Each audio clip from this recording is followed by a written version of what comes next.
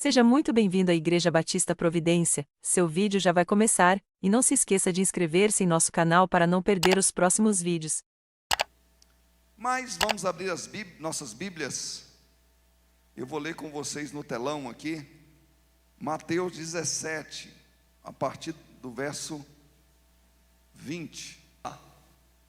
E ele lhes respondeu: por causa da pequenez da vossa fé, pois em verdade vos digo que, se tiverdes fé, como um grão de mostarda, direis a este monte, 21, passa daqui para acolá, e ele passará, nada vos será impossível.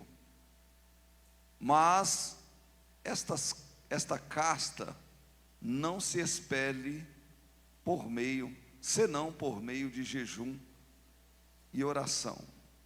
Tema dessa mensagem: não limite a tua visão, irmão. Vire para o irmão do lado e fale: não limite a tua visão. A tua visão tem que ser como visão de águia.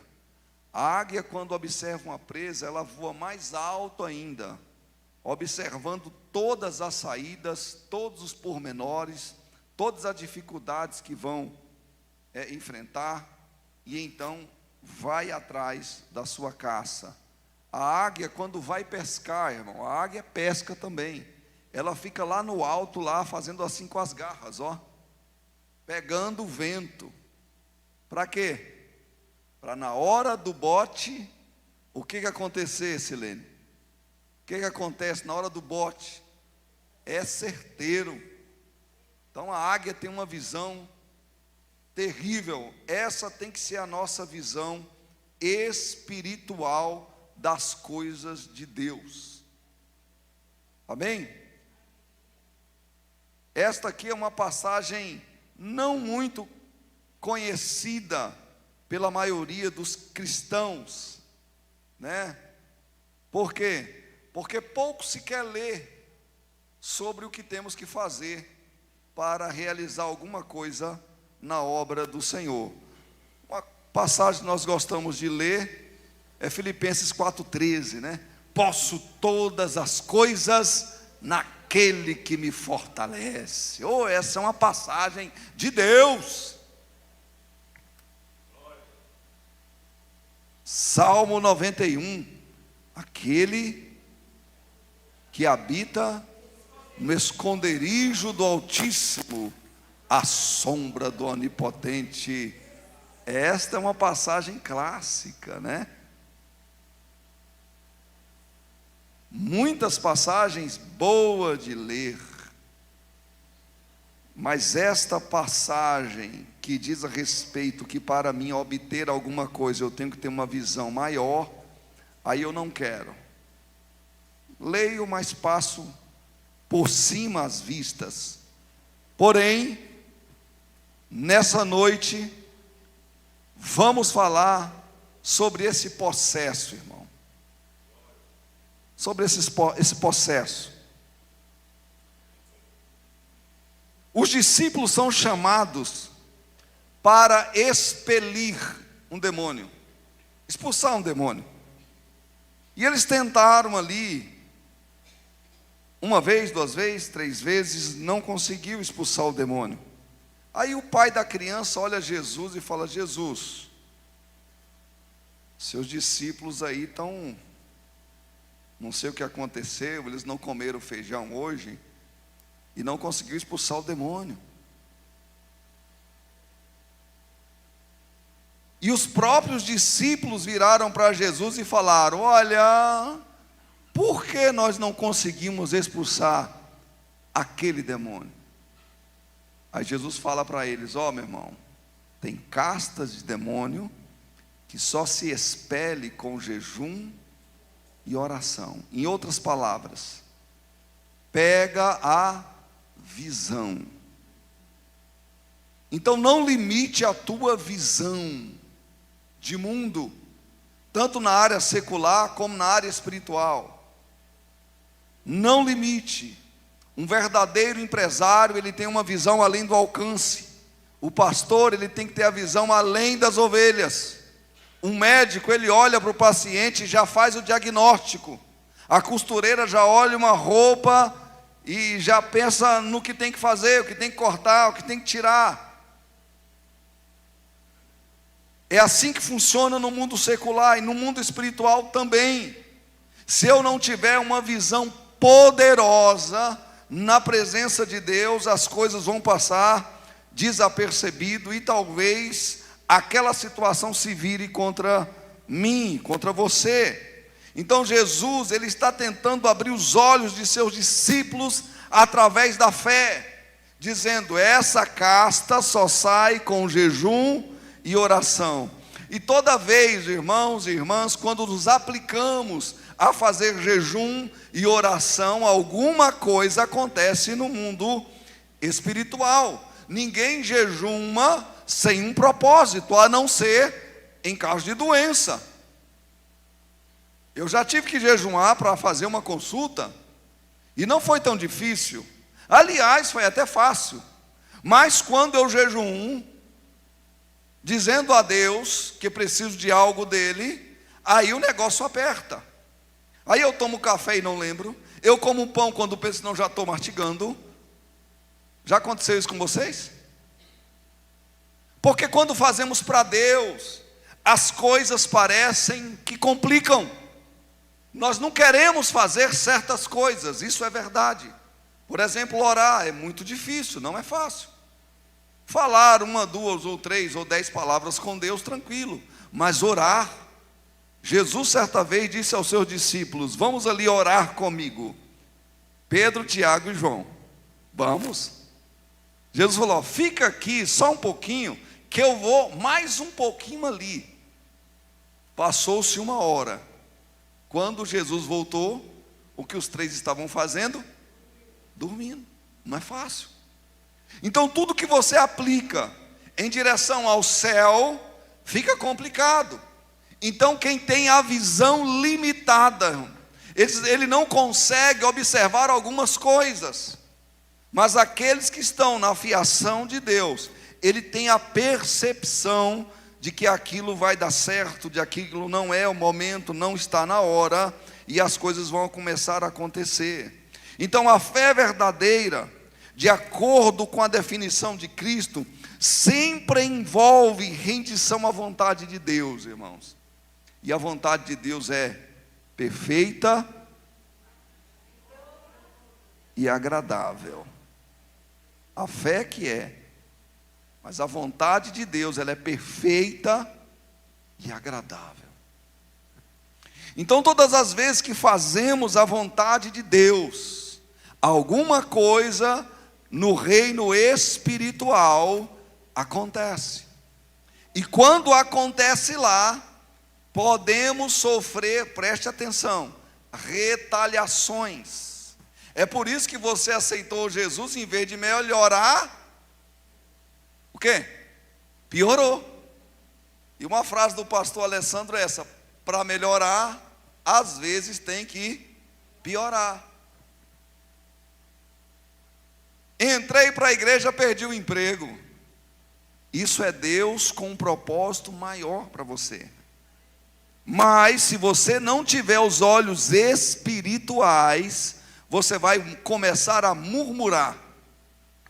Meu Deus do céu, só foi eu entrar para a igreja, olha o que aconteceu. A minha vida estava andando legalzinho, agora não sobra R$1. Não está me sobrando nada.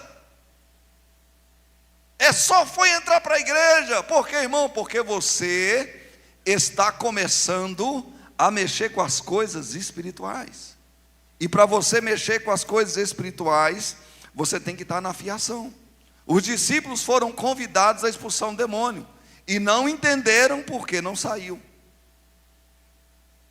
Precisou chamar Jesus.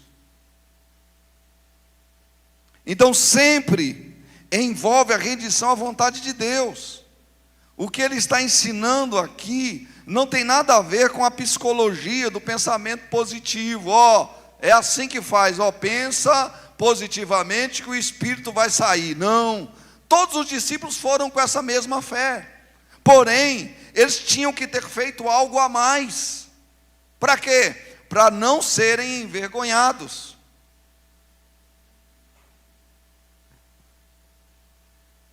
Então eles estavam dizendo que tanto a fonte quanto o objeto de toda a fé, ela é genuína, até mesmo a variedade fraca da semente. Jesus fala assim, ó, se você tiver fé do tamanho do quê? De um grão de mostarda, você pode dizer, ó monte, vai para lá. Mas que coisa!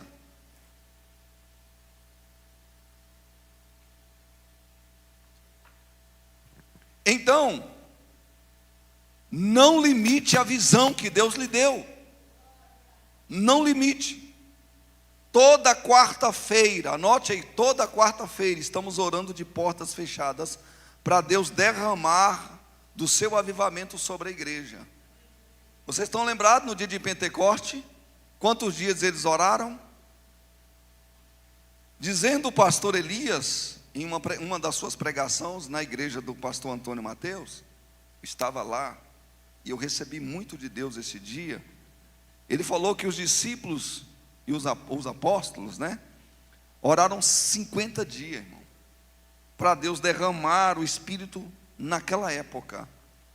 Eles oraram um dia, não desceu, terceiro não desceu, 10º não desceu, 15º não veio, 28º não veio, 39º não veio, 41º não veio o Espírito Santo, mas no 50º, irmão, aprove a Deus derramar o Espírito dele sobre aquela igreja, sobre o povo, sobre aqueles que estavam reunidos, falando a mesma coisa. O interessante, irmão, é que se Deus não derramar o avivamento dele agora, eu tenho que acreditar que amanhã o avivamento virá. Isso é fé. Isso é uma visão além, é ter uma visão que vai alcançar muitos objetivos. Quando eu oro por avivamento, eu não só oro por essa igreja. Eu oro observando pessoas entrando essas portas, levantando a mão, arrependido, aceitando a Jesus e tendo a vida mudada a cada dia. Eu não peço avivamento só para mim falar em línguas estranhas, porque isso eu já faço. E quando eu falo línguas estranhas, eu estou edificando a minha pessoa, e é bom orar em línguas estranhas. E temos que pegar o hábito de orar desse jeito. Porque cada vez que eu oro em línguas estranhas, eu estou edificando a minha pessoa. Eu estou falando, Deus, eu preciso mais do Senhor. Deus, o Senhor é bom. E a sua misericórdia, elas são as causas de nós não sermos consumidos. Por isso, a sua misericórdia, ela não tem fim. Aliás, ela se renova a cada manhã. Então, por isso que estamos fazendo, orando. Não sei o dia que vai ser derramado, mas vamos orar, vamos clamar, vamos pedir. Bom se tivesse tempo todos os dias, mas pela limitação, né, do nosso dia a dia, aprove a Deus marcar a quarta-feira para nós orarmos nesse sentido. Então você que é líder de departamento, venha, irmão, venha orar, falar com Deus, para Deus avivar, para Deus derramar. Limite a sua visão, não limite. O pai do filho disse: Senhor, compadece do meu filho, porque é lunático, é terrível. Quando dá a crise, ele pula no fogo, e se vê água, ele pula na água. Eu tenho que estar atento 24 horas no pé do menino, porque pode acontecer uma tragédia. E eu apresentei ele, o problema, aos seus discípulos, mas eles não tiveram uma visão, mas eles não tiveram o intento. Quem já chegou para o Senhor Jesus e falou assim: Senhor, eu não sei o que fazer mais, eu não tenho o que fazer mais, eu não sei onde eu vou. Mas o ideal é você não limitar a sua visão, porque Deus vai fazer alguma coisa. Não sei se vai ser hoje, não sei se vai ser amanhã, mas que Ele vai fazer, isso Ele vai. Ele é expert nisso. Então seus discípulos não puderam fazer nada. Quer dizer, a visão deles, eu acredito que não é igual à tua. Os discípulos estavam aprendendo, irmão. E toda vez que estamos aprendendo alguma coisa, nosso foco muda, porque o nosso pensamento só é aquilo. Os discípulos de Jesus talvez estavam pensando em outras coisas, e tinham perdido a visão, tinham perdido o foco, achando que só era impor a mão, falar meia palavra e estava resolvido. Algumas coisas na vida da gente, se nós impormos as mãos, sai. Eu fui orar por um paralítico, e ele falou assim, não ora para mim levantar da cadeira, porque eu não creio. O que eu fiz? Não orei para ele levantar da cadeira, porque ele mesmo não acreditava. Então, quando temos uma visão apurada, as coisas acontecem, irmãos. O milagre vem. As coisas vêm como aquele centurião. Jesus, minha filha está morrendo, mas com uma palavra. Olha a visão do cara, irmão. E Jesus fala uma palavra para ele que poucas pessoas percebem, dizendo, nem em todo Israel eu observei fé tamanha como esta. Vai, o teu filho vive, o teu servo vive, aliás. E antes dele chegar em casa, já vinham os serventes dando as boas novas. Quem tem a visão além do alcance nessa noite, levanta, sacode a mão. Se não tem, Deus vai lhe dar, para a honra e glória do seu nome. Então não limite a sua visão. Segundo, não foque no problema. Os discípulos talvez foram orar pelo lunático, observando o lunático. E toda vez que eu oro pelo enfermo, observando a enfermidade, não acontece nada. Nos Estados Unidos, irmãos, eu lá orei por uma pessoa que tinha uma mão assim, Por quê? Era bem naquela época que estava dando aquele problema de digitação, estava aposentando muita gente, ela já tinha feito 3 cirurgias na mão, e a mão assim, e eu orei por ela, e falei, paz do Senhor. Ela esticou a mão, irmão, e apertou minha mão, e começou a dar glória a Deus, porque Deus tinha curado a sua mão. Então, quando você tem a visão além da doença, do foco, do problema, Deus começa a agir de uma forma espetacular. Então nós não podemos focar no problema quando vamos orar, ou talvez quando precisamos. Nós temos que orar na solução lá na frente. Eu cantando o hino da vitória, eu chamando os irmãos para fazer um churrasco lá em casa, eu contando que o meu filho foi curado, que a professora do menino foi salva. É assim que nós temos que orar.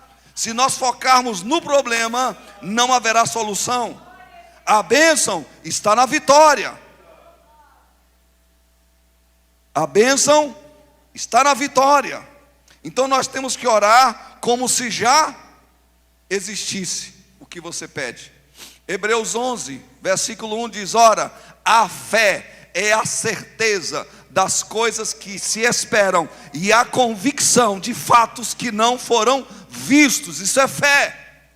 Isso é quem tem a visão ampliada. É quem tem a visão ampliada. É quem tem a visão ampliada, é quem tem a visão ampliada. Então não foque no problema, tenha determinação, e Deus vai fazer a parte dele. Deus só precisa ver alguma coisa em você para começar a fazer, e ele faz. E foram perguntados a Jesus, Jesus, por que nós não podemos expulsar esse demônio? E Jesus falou, porque vocês focar o problema. Comece a focar na solução. Em nossas vidas não é diferente. Qual é o seu foco? Qual é, ou quais são os seus objetivos? Ou quais são as suas expectativas? Se coloque na posição. E hoje Deus vai fazer maravilhas no nosso meio. Sabe por que muitas coisas não acontecem na igreja? Porque eu venho e não acredito que vai acontecer. E eu não estou mentindo. Eu não estou falando, contando um conto de carochinha. Eu estou falando a realidade. Eu tenho que sair da minha casa dizendo, vai acontecer alguma coisa. Tem um hino que diz, né? Vai acontecer milagre, hoje aqui vai acontecer milagre, hoje aqui, não importa a sua dor, o meu Deus é doutor, vai acontecer milagre. Meu amado, quando saímos da nossa casa para a igreja, nós temos que ter um foco. Nós temos que ter expectativas, objetivos, porque senão vai ser apenas um culto. Apenas o culto. Algumas pessoas vão ser batizadas com o Espírito Santo, outras também.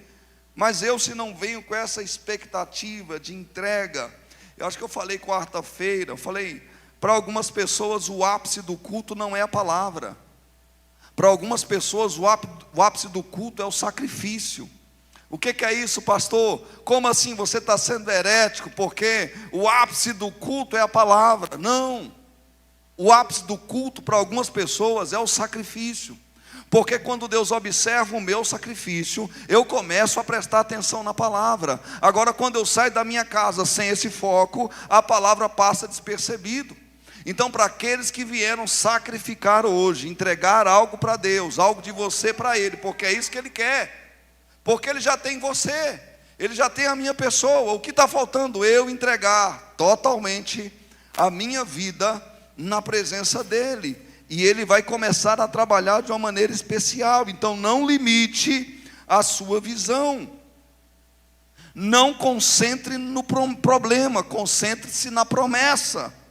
Agora, qual promessa, pastor? A promessa de ser abençoado, a promessa de ser bem-sucedido, a promessa de acreditar no nome do Senhor Jesus, a promessa de ter Ele como seu escudo, como a sua bandeira, como o seu baluarte. Se Ele te der, amém. Se Ele não der, amém também. O meu foco não é isso, o meu foco é a minha adoração, o meu foco é o sacrifício, o meu foco é a palavra de Deus. Quando eu me coloco na presença de Deus dessa forma, se cumpre o versículo 20, dizendo, não haverá impossível. Se você prestou atenção, finalzinho diz isso. Lucas 1,37 também diz, haverá alguma coisa impossível para Deus? Não. Por quê? Porque para Deus não haverá impossível. Mateus 21, Jesus diz, porém, lhe respondeu, em verdade vos digo, se tiverdes fé e não duvidar, não somente fareis o que foi feito à figueira, mas até mesmo a este monte disseres, ergue daqui para acolá, isso sucederá. Isso aqui tem foco. Não é que Deus vai mudar um monte de lugar, mas Deus vai transformar, irmão, a maldição em bênção. Deus vai transformar a água em vinho. Deus vai transformar uma situação calamitosa em bênçãos. E não é só bênçãos, ela é sacudida, recalcada e transbordante. Isso é ter a mente na promessa. Onde está a sua mente, irmão? A Bíblia diz, Paulo falando, olha, faça primeiro um culto racional. Quando você vem à igreja, pega isso aí, que isso aqui é de Deus. Quando você vem à igreja, você faça um culto racional. Me lembro do pastor Joedson agora. Pastor Joedson era um pastor da primeira igreja batista. Eu fui dirigir a congregação do Arapuanga com ele, né? Ele já era pastor lá, e eu fui lá ajudar ele. E uma vez eu entrei na igreja, olhando e tal, ó, pastor, para a igreja crescer tem que orar, não sei o quê, papapá, querendo ser o cara, né? Ele, então vamos orar. Aí dobramos o joelho lá, eu já comecei. E ele esperou, era bastante educado. Senta aqui, Alessandro. Como foi o seu dia hoje? E uai, o que o cara quer saber como foi o meu dia? Teve problema, teve tribulação, teve complicação. Como é que foi o seu dia? Conta para mim. Não, teve isso, teve aquilo, aquilo outro. Ele, pois é, irmão, antes de você começar a orar, pare, pense em tudo que você tem, que você fez, que você vai fazer, e depois você começa a orar. Não começa a orar assim. Então isso foi uma repreensão que serviu para a minha vida. Orando sem foco, irmão. Orando sem foco. Calma. Pare. Pense. O que você tem em mente? É a promessa se cumpre. O que você tem em mente? É problema, o problema não vai sair. O que você tem em mente é dificuldade, a dificuldade vai ser instalada. Então foque a sua oração nas promessas. Sempre acredite nas promessas de Jesus. Não volte a sua mente para os problemas. O céu é real, irmão. Deus vai fazer coisas grandes acontecerem no nosso meio. Coisas maravilhosas, maravilhosas. E a nossa mente, ela tem que estar diretamente no Senhor Jesus. Coloca aí 1 Tessalonicenses, versículo 14 e 17. Vamos ler uma coisa aqui interessante, irmão. Se o nosso foco não estiver nisto, não adianta você ganhar nada de Jesus. Abra lá. 1 Tessalonicenses 4, 14 e 17. Glória a Deus. Diz assim: pois se cremos que Jesus morreu e ressuscitou, assim também Deus, mediante Jesus, trará em sua companhia os que dormem. Depois nós, os vivos, o que estivermos, seremos arrebatados com Ele entre as nuvens. Vamos ler de novo? Depois nós, os vivos,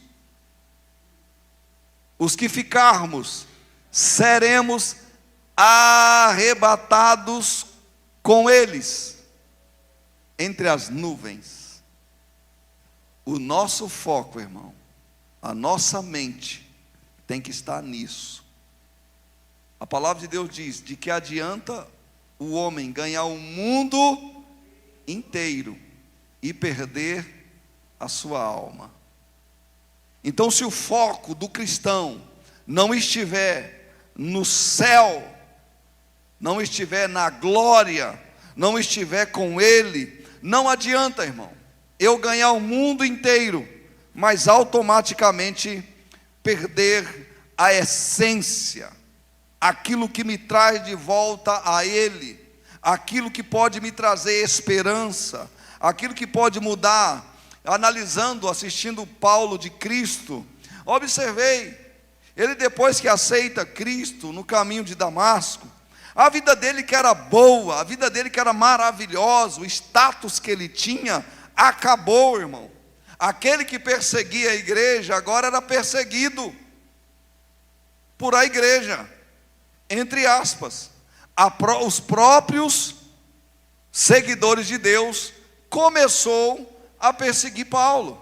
E então aquele cara que tinha um status lá em cima, ele abandona tudo por uma promessa.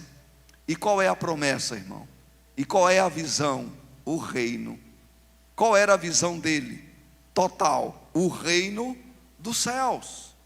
Então Deus vai prosperar a sua vida? Sim, se a sua visão estiver nele, se o foco da sua vida estiver nele, se as intempéries, as expectativas da sua vida estiver nele. Toda bênção que eu recebo tem que estar focada nele.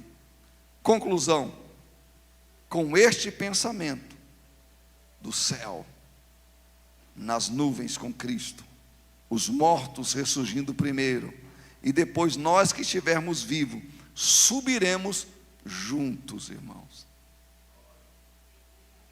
Subiremos juntos, só que eles vão ressuscitar primeiro, eles têm a primazia, né?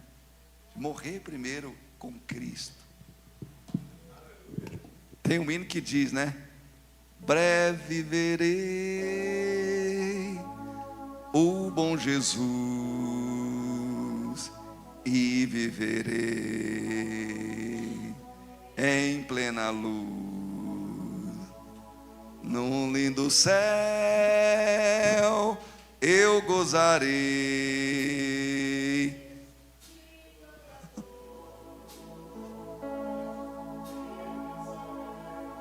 Isso é a visão, irmão. Você quer crescer na vida? Não estou dizendo que você não possa ter foco de ser um grande empresário, de ser um advogado de nome, mas se a sua visão estiver fora do céu, talvez ela seja limitada. Vamos colocar de pé?